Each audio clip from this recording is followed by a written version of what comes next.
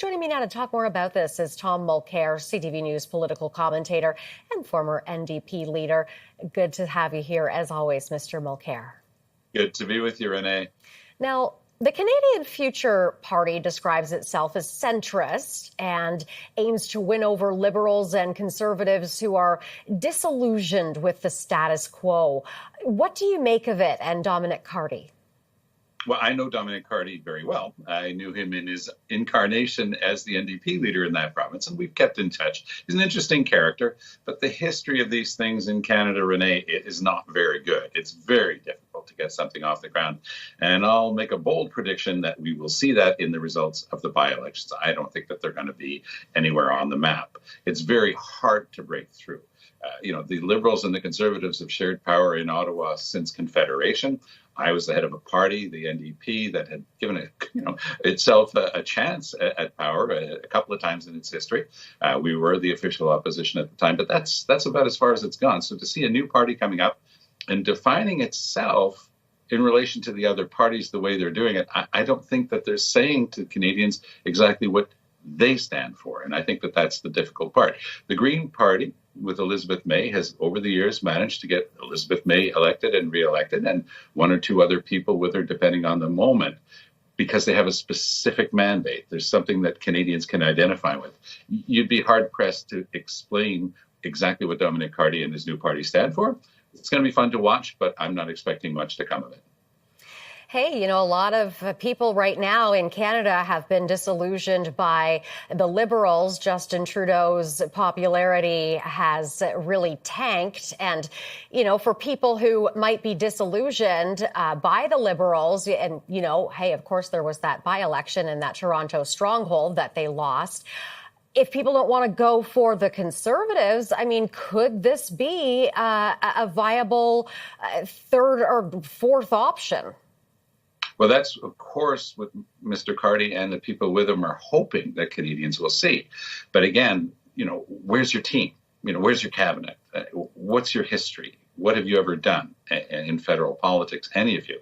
And that's the thing. You're talking about trying to run a G7 country. And I think that that's a very steep hill to climb.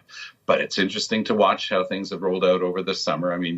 Renee, you and I both saw south of the border under Biden, the Democrats were in a real troublesome situation. It looked quite clear that Mr. Trump was going to be able to steamroller to another victory. And lo and behold, Mr. Biden was finally persuaded to step aside. He had been stubbornly holding on to power and saying he was going to run in the next election. And Kamala Harris comes in. Her numbers are amazing. She's really energized the party. It's a honeymoon period between her and the American electorate.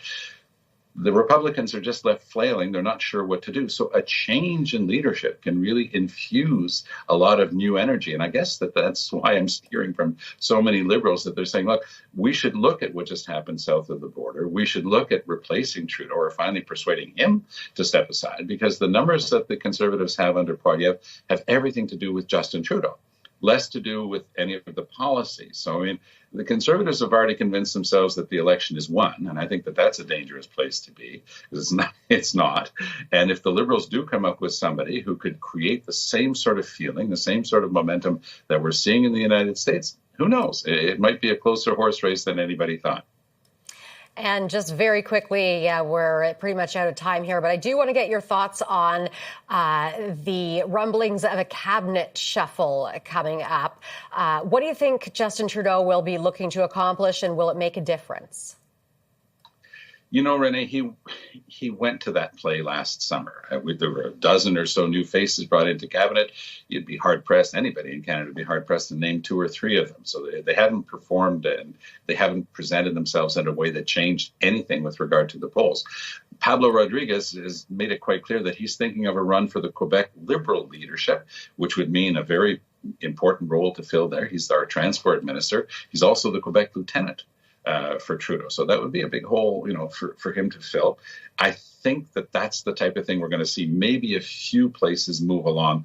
I don't think that the giant reset that they tried last summer worked, and I don't think that that's in the cards this summer. All right. Tom Mulcair, CTV News political commentator and former NDP leader. Thank you, as always, for being here. Nice chatting with you. All the best, Renee.